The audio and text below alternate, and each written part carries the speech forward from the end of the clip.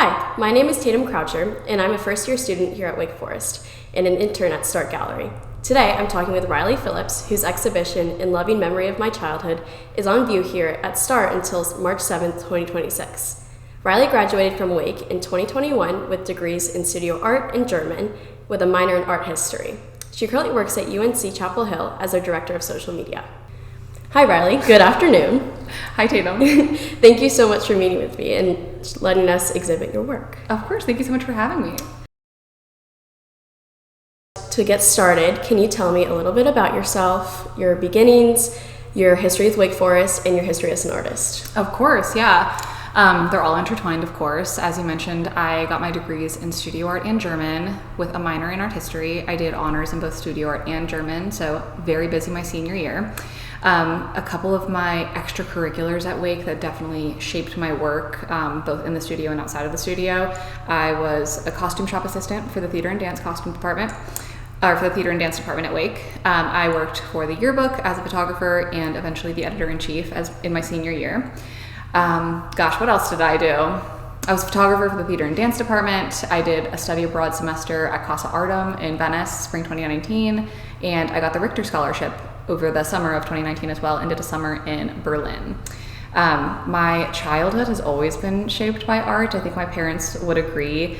I was a military child, so I grew up moving all over the place and was very privileged to live in Germany for a cumulative 7 years and got a lot of art history growing up, whether I recognized it as art history at the time or not.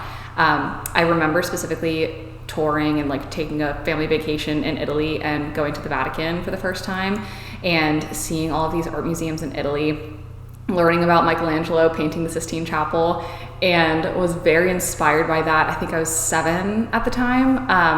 Went home and then drew on the underside of our dining room table to try to emulate Michelangelo's practices. So that is definitely my earliest memory of art and its influence in my life. I went to an arts high school in Orlando. That's where I graduated from, and was able to really delve more into art at that time and learn that art was something that you could go to school for and do more in your adult life.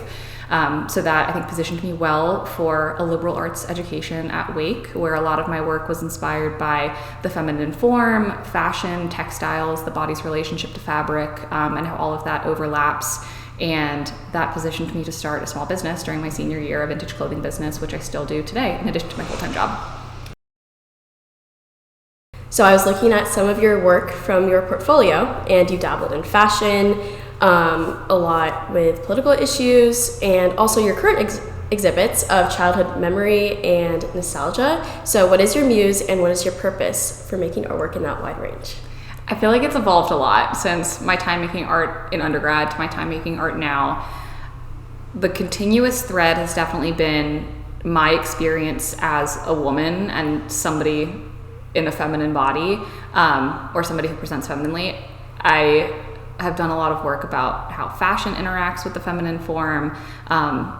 A piece that stands out to me from my college experience was a dress that I made out of masks during COVID that I wore as a public art piece, kind of a performance art piece in response to the experience of being catcalled so much during the pandemic, and just reflecting on that tension of being more covered than I felt like I ever had been before because I was wearing a mask that obscured my face, yet still being subjected to kind of derogatory remarks and unwanted attention. So the intention was to reclaim that attention and lead with purpose.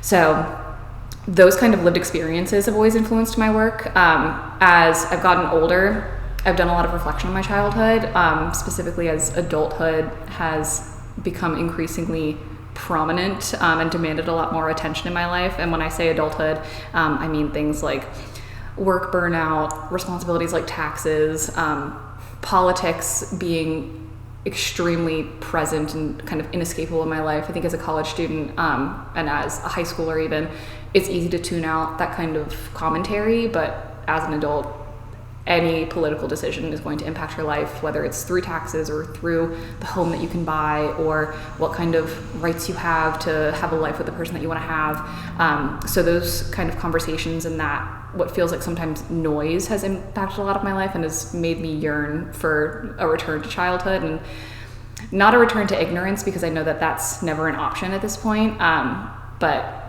a time that I wish I could have appreciated the childhood that I had a little bit more while I was experiencing it.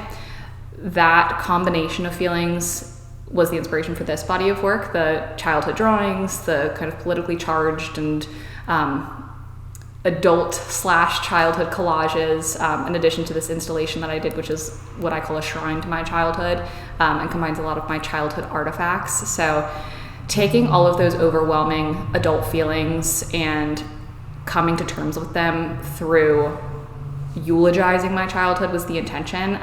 But as I've put the work together, it's also simultaneously kind of become a return to childhood and an understanding that these adult responsibilities don't define who I am, and that I also am the person and the child that I was, and I have some of those recurring interests. So allowing myself to have that feeling of childhood whimsy again, while also recognizing that I'm a little bit more aware at this point in my life.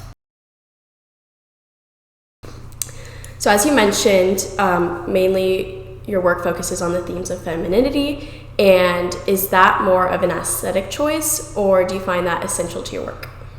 I think it's essential to my work because that is how I present myself and kind of navigate the world that I'm in. I love clothing and fashion, expressing myself through style, specifically feminine style, whether it's color or silhouette, or embellishments that accentuate different forms, like physical attributes that I have. And I feel like that interest in fashion has definitely influenced my fine art as well, whether it's through color or brick making. I feel like there are a lot of textile and fabric overlaps there. So kind of both. Definitely aesthetic, definitely integral to who I am as an individual. When I'm reflecting on this body of work specifically, I also was raised as a girl. I had a lot of traditionally feminine interests, whether it was American Girl dolls or Polly Pockets, or Minnie Mouse and Tinkerbell. So that was definitely integral to what I was interested in growing up and how I was raised. And I look back on those interests very fondly because I'm still interested in them. Is there anything else that I haven't asked you that you would want to talk about, whether that's about you, your art, or is there anything that people should know before experiencing your exhibition? I'll mention that the vintage clothing business that I had previously mentioned definitely influenced this body of work as well. As I'm curating vintage clothing, I'm focusing on pieces that were made in the 90s and the early 2000s, which is when I was born and which is when I grew up.